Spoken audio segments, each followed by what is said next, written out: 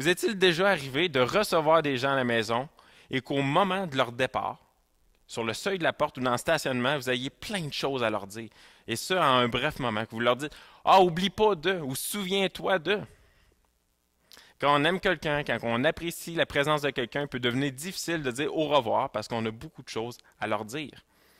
C'est en quelque sorte ce qui se produit avec Paul dans le chapitre 16. Il termine sa lettre de l'Église à Corinthe avec différentes instructions rapides, des exhortations et finalement des salutations.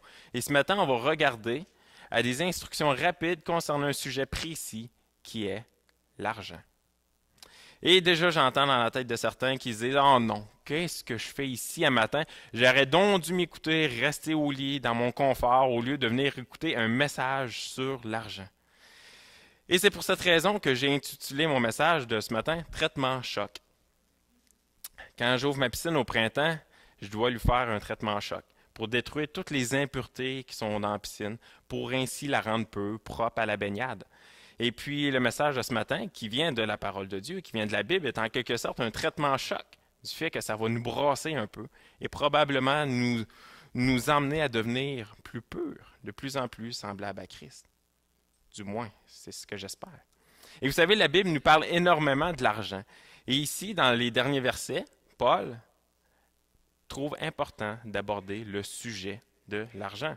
La première chose que je voudrais dire avant qu'on aborde notre sujet et qu'on lise le passage est que le message de ce matin s'adresse particulièrement à ceux parmi vous qui êtes chrétiens et pour ceux qui sont membres de cette Église.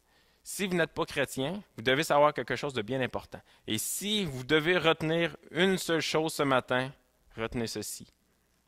Dieu ne veut pas de votre argent. Je répète, Dieu ne veut pas de votre argent. Il désire par-dessus tout votre cœur. Dieu ne veut pas de votre argent, il veut par-dessus tout votre cœur. Et deuxièmement, ce matin, le but est de pouvoir fournir quelques pistes bibliques sur le sujet pour les gens qui vivent de la honte de peut-être pas donner assez ou voire pas du tout. Bref, je vous invite à tourner dans la première lettre aux Corinthiens, chapitre 16, les versets 1 à 4. Vous allez pouvoir suivre à l'écran également. Pour ceux qui n'ont pas de Bible, vous êtes nouveau dans l'Église, venez me voir après, il va nous faire plaisir de vous procurer une Bible tout à fait gratuitement. 1 Corinthiens, chapitre 16, les versets 1 à 4. Pour ce qui concerne la collecte en faveur des saints, agissez vous aussi comme je l'ai ordonné aux églises de la Galatie. Que chacun de vous, le premier jour de la semaine, mette à part chez lui ce qu'il pourra, selon sa prospérité, afin qu'on n'attende pas mon arrivée pour recueillir les dons. Et quand je serai venu, j'enverrai avec des lettres pour porter vos libéralités à Jérusalem, les personnes que vous aurez approuvées. Si la chose mérite que j'y aille moi-même, elles feront le voyage avec moi. Donc avant de poursuivre, prions. Ah Seigneur Dieu, on veut te remercier pour cette belle matinée. Ah Seigneur, on est dans l'adoration devant toi pour tout ce que tu fais dans nos vies. On veut te remercier, Seigneur, pour ce que tu fais. Merci parce que tu guéris, Seigneur, parce que tu prends soin de nous. On a eu un exemple ce matin avec Claude, son témoignage, Seigneur, qui est tellement inspirant. Merci, Seigneur, d'avoir pris soin de lui, d'avoir pris soin de sa famille. Merci, Seigneur, d'avoir fait en sorte qu'on est ici ce matin, même si parfois parler de l'argent, ça nous dérange. Ce n'est pas agréable. Merci de nous permettre d'être ici ce matin et parle à nos cœurs. Enseigne-nous. Amen. Et donc, dans ces 4 versets, Paul veut transmettre un message qui est très important. Ce message est le même qu'il a transmis à l'Église de la Galatie. Dans ce passage, Paul appelle les Corinthiens à l'importance de venir en aide à leurs frères et sœurs en Christ. Il y avait un besoin au niveau de l'Église de Jérusalem, une Église de Juifs convertis à Jésus-Christ. Et pour bien comprendre le contexte de la difficulté de l'Église de Jérusalem, on doit comprendre quelques éléments d'arrière-plan de Jérusalem, de la ville, et de l'Église elle-même à Jérusalem. Donc, il faut comprendre qu'il y avait un arrière-plan de pauvreté au 1er siècle. La pauvreté est un vrai problème, et on le voit d'autant plus à Jérusalem. Dans ce temps-là, la pauvreté était tellement présente que plusieurs choses avaient été mises en place. Par exemple, les Grecs avaient créé une association où les gens qui étaient assez fortunés se rassemblaient ensemble, avaient créé cette association-là où que, des gens plus démunis pouvaient aller avoir des prêts financiers sans intérêt. Il y avait plusieurs choses qui étaient créées comme ça pour venir en aide aux gens plus défavorisés de ce temps-là. Et maintenant, on doit se demander en particulier pourquoi est-ce que les croyants de Jérusalem, pourquoi cette Église était si pauvre, était dans le besoin? Pourquoi avait-elle besoin du support financier des frères et sœurs qu'ils ne connaissaient même pas? Pourquoi? Laissez-moi vous suggérer 4 raisons pour lesquelles l'Église de Jérusalem avait besoin de soutien. Pourquoi l'Église de Jérusalem était si pauvre? La pauvreté de Jérusalem dans son ensemble, comme je l'ai mentionné. Au temps de Salomon, Jérusalem était riche. Au temps de Jésus et de Paul, Jérusalem était pauvre. Jérusalem était surpeuplée à cause des différents religieux qui venaient s'y installer, et cela a rapidement fait de drainer toutes les ressources de la ville. Et pire que cela, quand les temps de famine arrivaient dans la ville, on pouvait calculer au-dessus de 2 millions de personnes additionnelles qui arrivaient pour prendre les ressources de cette ville-là. Et on peut donc croire que les ressources de Jérusalem étaient toujours en drainage, étaient toujours drainées. La deuxième raison que je vous suggère est la persécution des croyants. La deuxième raison pour laquelle les croyants de Jérusalem étaient pauvres est à cause de la persécution. Les gens qui mettaient leur foi en Jésus étaient persécutés et souvent incapables de trouver de l'emploi à la suite. La plupart du temps, c'est les Juifs qui dirigeaient les différentes entreprises et aucun d'eux ne voulait engager des chrétiens qui croyaient au Messie ressuscité. Et donc, on avait des croyants qui se retrouvaient sans emploi et donc sans revenus. La troisième raison, qui est un heureux problème en soi, est la population de croyants grandissante. C'était à cause de la population grandissante de croyants que l'Église de Jérusalem avait besoin de finances, avait besoin de soutien. Au jour de la Pentecôte, plusieurs sont devenus croyants. Plusieurs personnes à Jérusalem sont devenues croyantes. Et parmi eux, plusieurs étaient des voyageurs pas très fortunés qui ont décidé de rester à Jérusalem. Ils sont restés là parce que c'était l'endroit de leur nouvelle église. C'était un endroit où ils pouvaient aller vivre chez les croyants qui résidaient déjà dans la région. Et Acte 2,44, on ne tournera pas parce que ce matin, ça va débouler rapidement. Acte 2,44 nous dit qu'ils avaient tout en commun. Le manger, le boire, les vêtements, ils partageaient tout. Et on peut alors comprendre que rapidement, les ressources de l'Église ont été épuisées. On voit dans Acte 4, vers la fin du chapitre, que déjà, les chrétiens commençaient à vendre leur terrain afin de pourvoir aux besoins financiers. Et quatrièmement, la famine. Je vais essayer de faire suivre mon PowerPoint. La famine. L'Église vivait une période difficile qu'elle avait déjà vécue auparavant et qu'elle vivait encore, un temps de famine. Et en seulement donc 4 versets rapides, Paul appelle les Corinthiens à prendre au sérieux la demande de soutien envers cette Église de Jérusalem. Et Paul a parlé pendant 15 chapitres sur différents problèmes doctrinaux, différents problèmes de conduite qui avaient à leur base l'orgueil spirituel, qui est un peu le thème qui revenait dans 1 Corinthiens. L'orgueil qui leur faisait croire qu'ils étaient au-dessus de tout. Et maintenant, il arrive à la fin de cette lettre, au chapitre 16, pour parler d'une mission qui est bien importante, qui est le soutien des gens dans le besoin. Et pourquoi était-ce si important de prendre au sérieux cette demande de Paul? Parce que cela faisait partie et fait partie de la mission de l'Église de prendre soin des plus démunis. Même si on était au 1er siècle, la mission de vivre l'Évangile était vraie. Et Paul cherchait à leur enseigner de façon rapide un moyen efficace pour remplir un ministère auquel chacun des croyants est appelé, c'est-à-dire, en premier lieu, pourvoir aux besoins financiers de l'Église de Jésus-Christ, chacun selon sa prospérité, selon ses revenus. Et en deuxième lieu, c'était de remplir le mandat de prendre soin de son prochain en étant une aide pour les plus démunis. En d'autres mots, il leur enseignait à vivre l'Évangile. Et donc, retournons au verset 1.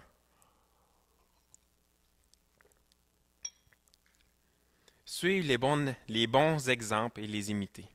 Pour ce qui concerne la collecte en faveur des saints, agissez vous aussi comme je l'ai ordonné aux églises de la Galatie. Et donc, dans le verset 1, on voit que Paul demande aux Corinthiens de donner aux croyants de Jérusalem et d'imiter la générosité de la conduite des églises de Galatie, qui était une province dans la même partie du monde que Corinthe. Et pourquoi Paul mentionne-t-il aux Corinthiens, dans leur contexte du problème d'orgueil spirituel, de donner et même imiter la conduite des autres églises? Pourquoi? Oui, il y avait un besoin à Jérusalem, mais ce n'est probablement pas la première raison pour laquelle Paul le demande. Ce n'était pas le but de sa lettre. Si le but d'un Corinthien aurait été une collecte pour Jérusalem, il aurait mentionné la collecte bien avant le chapitre 16. Il fait plutôt comprendre que donner à Dieu et imiter les bons exemples que Dieu met sur notre route sont des excellents moyens de croissance. Paul mentionne aux Corinthiens de donner et imiter la générosité des Galates pour les aider à sortir de leur centration sur eux-mêmes, pour leur égocentrisme. Il leur mentionne de prendre en exemple, de donner et imiter cette générosité. Chercher le fruit chez les gens qui nous entourent et aspirer à les imiter est le bon exemple. Et vraiment quelque chose d'important pour nous aider à grandir et nous aider contre cette lutte de l'orgueil. Voyez-vous des bons exemples à imiter autour de vous? Et si je veux être encore plus spécifique dans le texte, voyez-vous des exemples inspirants de générosité à imiter sur votre chemin? Si on veut être vraiment spécifique dans le texte du verset 1. C'est une question qu'on doit se poser. Le verset 2. Donnez à Dieu avec discipline et selon votre capacité. Verset 2, Paul nous dit que chacun de vous, le premier jour de la semaine, mette à part chez lui ce qu'il pourra, selon sa prospérité, afin qu'on n'attende pas mon arrivée pour recueillir les dons. Et ici, dans ce verset 2, on voit que Paul donne deux instructions clés pour donner à Dieu. Régularité et prospérité. Ces deux conseils que Paul donne aux Corinthiens s'appliquent certainement à l'offrande qui est le nom qu'on utilise pour donner à Dieu en général. Et donc, régularité. C'est important de donner sur une base régulière. Comme aux Corinthiens, il dit le premier jour de la semaine, c'était quelque chose de régulier. Donner est un acte spirituel. C'est plus que de simplement donner de l'argent à une organisation, à une église. Dieu n'a pas besoin de votre argent pour ces organisations. Donner a un impact dans notre vie et dans celle des autres. Et on va voir un petit peu plus loin pourquoi.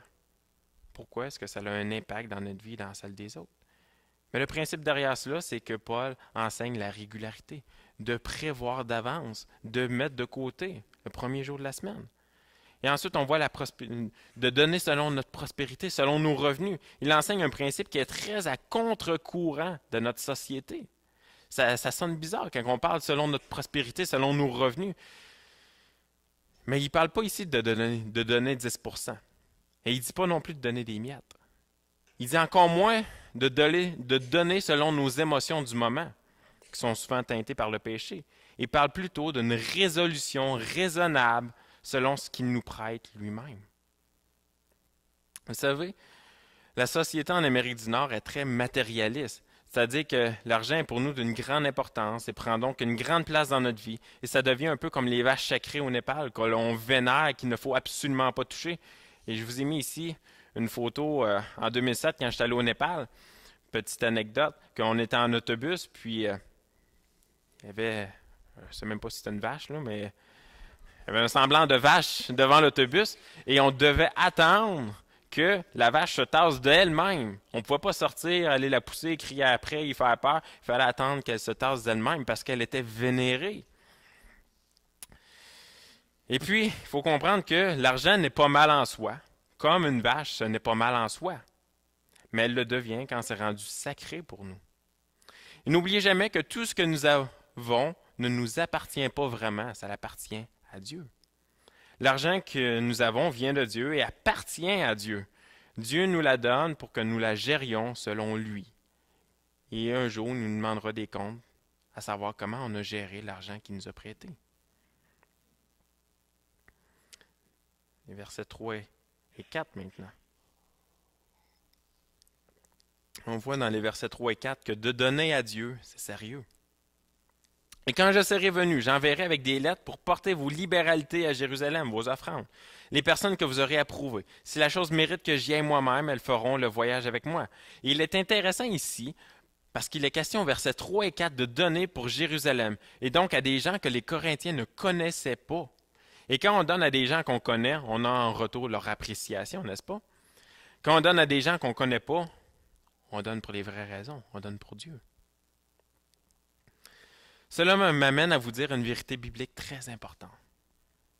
On ne donne jamais à des gens ou à une église. Et je répète, On ne donne jamais à des gens ou à une église. On donne à Dieu. Donner pour la collecte de Jérusalem était de donner pour Dieu. On voit également dans les versets 3 et 4 le sérieux avec lequel c'est fait.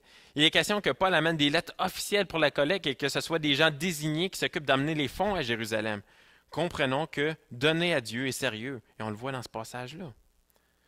Et encore une fois, dans notre société nord-américaine axée sur les loisirs et le travail, les gens traitent habituellement leurs loisirs et le travail avec beaucoup de sérieux. On a un rappel ce matin, dans le verset 3, de traiter, donner à Dieu, de traiter l'offrande avec sérieux. C'est contre-culturel. Vous n'entendrez pas ça souvent, à part ce matin. C'est le passage qui m'a été assigné aujourd'hui de vous enseigner. Donc, j'en profite pour vous dire ce matin de prendre au sérieux, donner à Dieu. C'est quelque chose de sérieux, à ne pas prendre à la légère. Et maintenant, le but de donner. Pourquoi est-ce qu'on donne? La Bible nous mentionne qu'il y a 2 raisons majeures de pourvoir financièrement. Pour supporter le ministère de la parole. Vous savez, un des slogans qu'on utilise pour notre église locale à Shawinigan-Sud, qui est indiqué, je crois, sur notre bulletin, est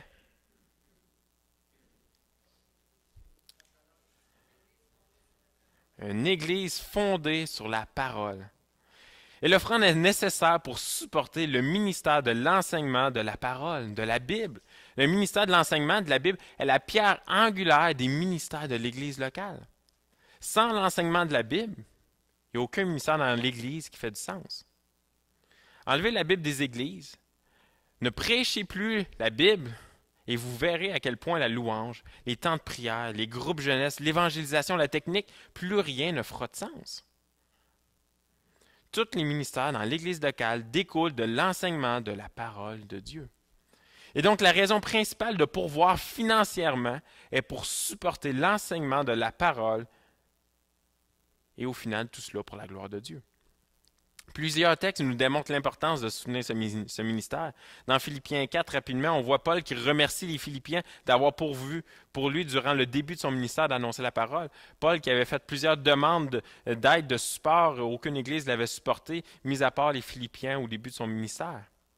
On voit également dans 1 Corinthiens 9 où Paul, encore une fois, il mentionne que celui qui prêche l'Évangile devrait être capable de vivre de l'Évangile.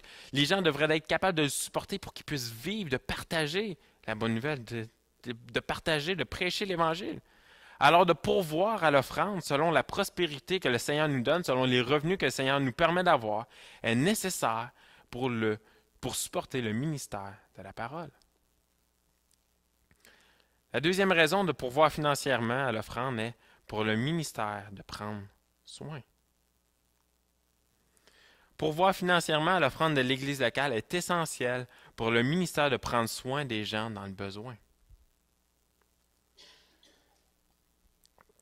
Dans ce chapitre 16, Paul demande l'aide des Corinthiens pour venir en aide à leurs frères et sœurs qui sont dans le besoin. Cela fait partie de la mission de l'Église de prendre soin, et donc par le fait même, cela fait partie du mandat de chacun des enfants de Dieu de prendre soin de notre prochain. La parole nous enseigne à prendre soin des autres croyants, mais également de ceux en dehors de l'Église. Non, je ne l'ai pas mis. Galates 6,10 nous dit « Ainsi donc, pendant que nous en avons l'occasion, pratiquons le bien envers tous, et surtout envers les frères en la foi. » Et donc, la parole nous enseigne de prendre soin des gens de l'intérieur de l'Église et de prendre soin des gens en dehors de l'Église. Et tournez avec moi dans Jacques 2,15. On va le mettre à l'écran également. Dans les premiers versets du chapitre 2, pendant que vous tournez, Jacques fait mention d'un méchant gros obstacle à l'Évangile. Il parle des croyants, des chrétiens, qui font une distinction entre les différents statuts sociaux dans l'Église. Des chrétiens qui ignorent ceux qui semblent plus pauvres. Des chrétiens qui ignorent ceux qui semblent plus sales au détriment de ceux qui semblent plus riches, plus propres, plus distingués. Et on lit dans Jacques 2, verset 15. Si un frère ou une sœur sont nus et manquent de la nourriture de chaque jour, et que l'un d'entre vous leur dise « Allez en paix, chauffez-vous et vous rassasiez », et que vous ne leur donniez pas ce qui est nécessaire au corps, À quoi cela sert-il? C'est un peu comme si les Corinthiens, au lieu de ramasser de l'argent pour l'Église de Jérusalem, leur écrivaient une lettre en disant « Soyez en paix, réjouissez-vous, mangez et buvez sans retenue. » À quoi cela sert-il s'ils ne les aident pas? Ils sont en famine, ils n'ont plus de nourriture. Jacques nous dit au verset 9, que je n'ai pas mis à l'écran, nous dit au verset 9 que si nous ne prenons pas soin de ces gens, vous commettez un péché. Cela veut dire que nous n'accomplissons pas cette parole de Dieu qui est appelée la loi royale. Tu aimeras ton prochain comme toi-même. Non, je ne l'ai pas mis. Le verset 9 nous dit, mais si vous faites exception de personne, le fait de privilégier une personne par rapport à un autre, vous commettez un péché. C'est ce que le verset 9 de Jacques nous dit. Maintenant, où est-ce que je m'en vais avec tout cela? Savez-vous maintenant quel est le mandat en tant qu'Église locale ici à Shawinigan-Sud nous sommes donnés lors de notre projet de vision 2013-2023? On était une vingtaine de personnes assemblées ici pour déterminer notre vision en tant qu'Église pour les 10 prochaines années et on s'est donné un mandat. Ce mandat-là est de vivre et de partager la vérité dans l'amour de Christ. De vivre et de partager la vérité dans l'amour de Christ. Est-ce que l'on accomplit cette loi royale en tant qu'Église locale? Pour ce faire, il faut se poser la vraie question. Pour répondre à cette question, il faut se poser une autre vraie question qui est, est-ce que l'on accomplit cette loi royale en tant qu'individu, en tant qu'enfant de Dieu? Est-ce qu'on accomplit cette loi royale de prendre soin de notre prochain? Mon but ici n'est pas la culpabilité. Mon but est que nous remplissions notre mission confiée par Dieu. Mon but est que nous aspirions à être de plus en plus semblables à l'image de Christ.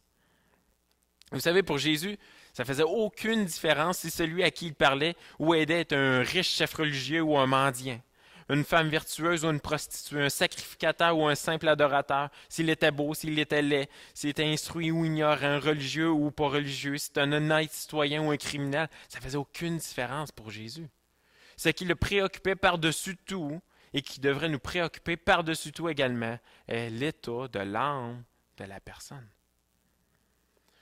De quelle façon est-ce que l'on participe aux activités d'évangélisation ou de mission? De quelle façon que l'on pourvoit financièrement pour ces activités-là? Parce que oui, on parle ici de mission, d'évangélisation locale, mais à la base, n'est-ce pas d'aller vers les nations, enseigner la bonne nouvelle de Jésus-Christ? N'est-ce pas de se soucier de l'état de leur âme, peu importe leur rang social? N'est-ce pas au final l'Évangile que l'on vit envers eux en prenant soin d'eux? Maintenant, on peut se demander, mais qu'est-ce que l'Évangile?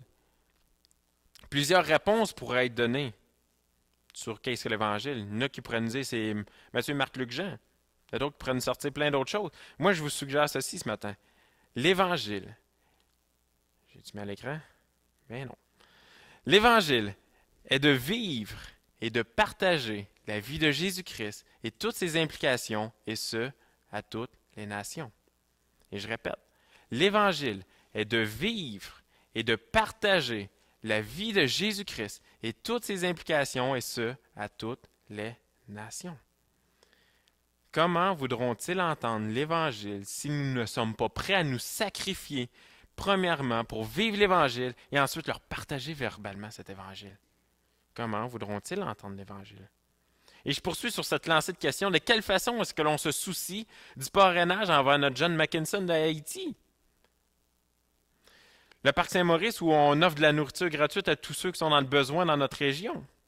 Le chocolat chaud qu'on va aller distribuer dimanche prochain pour prendre soin de notre prochain. Comment est-ce qu'on s'investit là-dedans? Comment est-ce qu'on se soucie de cela? Et à entendre tout cela, on peut se dire que nous sommes sur la bonne voie vers le fait de remplir notre mandat en tant qu'Église, différentes activités d'évangélisation. Mais nous, de façon individuelle, est-ce que nous sommes sur la bonne voie pour accomplir cette loi royale de pourvoir financièrement pour l'enseignement de la parole, ici et ailleurs? Et sommes-nous sur la bonne voie de pourvoir financièrement pour prendre soin de notre prochain, ou est-ce simplement un groupe précis de l'Église qui remplit ce mandat-là? C'est une question à se poser. Vous savez, Dieu se soucie des pauvres, il se soucie des plus démunis, il se soucie des gens qui sont dans le besoin, tels que l'Église de Jérusalem, et il s'attend à ce que nous nous soucions d'eux également, que nous ne fassions pas exception de personne, comme Jacques dit. Dieu se soucie tellement des gens plus démunis qu'il a même instauré des lois dans l'Ancien Testament les concernant. Dans Lévitique, on peut voir que Dieu avait prescrit que ceux qui étaient trop pauvres pour apporter l'offrande demandée telle qu'un taureau, un bouc ou un agneau, ils pouvaient apporter simplement qu'une tourterelle ou un pigeon, qui était plus abordable, plus facile à trouver. De plus, dans Deutéronome 15, on voit que tous les 7 ans, on annulait tous les dettes afin qu'il n'y ait jamais de dette en permanence qui ne peut jamais être remboursée. Alors, tous les 7 ans, toutes les dettes étaient annulées. Dans Deutéronome 15. Tous les 50 ans, on célébrait un jubilé. Les esclaves avaient le choix de se libérer de leur maître. On voit ça dans Lévitique 25. Dans Lévitique 19, on voit qu'on ne devait jamais moissonner entièrement son champ ou son verger afin que les pauvres puissent aller se nourrir par eux-mêmes avec les restants dans le champ. Dans Lévitique 25, on ne devait jamais exiger des pauvres un intérêt sur un prêt. Lévitique 25, encore une fois, si un pauvre devait vendre sa propriété, un membre de la famille devait le racheter, etc. Dieu avait établi son peuple d'Israël de façon à ce que les pauvres soient bien protégés et soutenus. Il se souciait d'eux.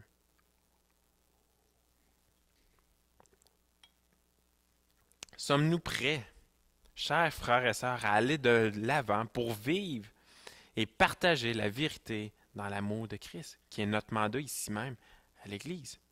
Sommes-nous prêts à aller de l'avant pour vivre et partager la vérité dans l'amour de Christ? Sommes-nous prêts à prendre au sérieux notre mandat de prendre soin et de pourvoir pour l'enseignement de la parole de Dieu, ici et ailleurs dans le monde?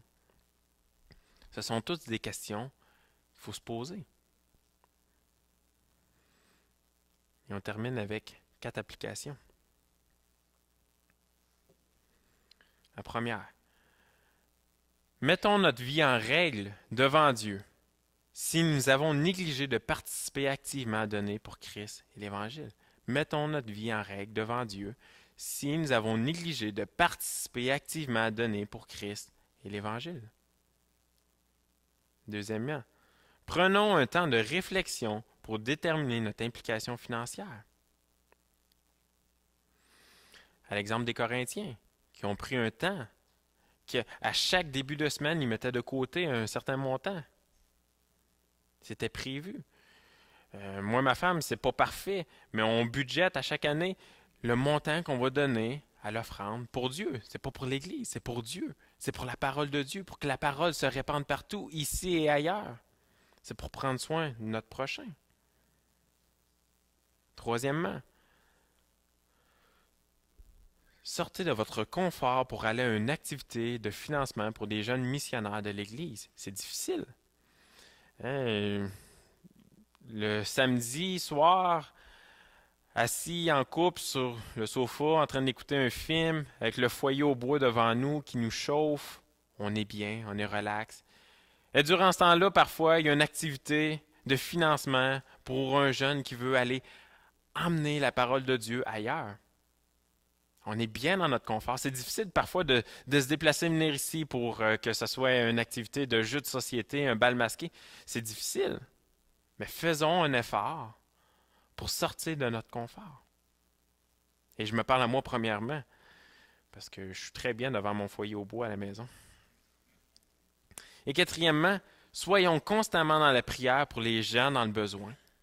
On a vu tantôt avec Claude comment que la prière est efficace. La prière est efficace. Et on doit être des gens qui sont fidèles dans la prière, qui persévèrent dans la prière.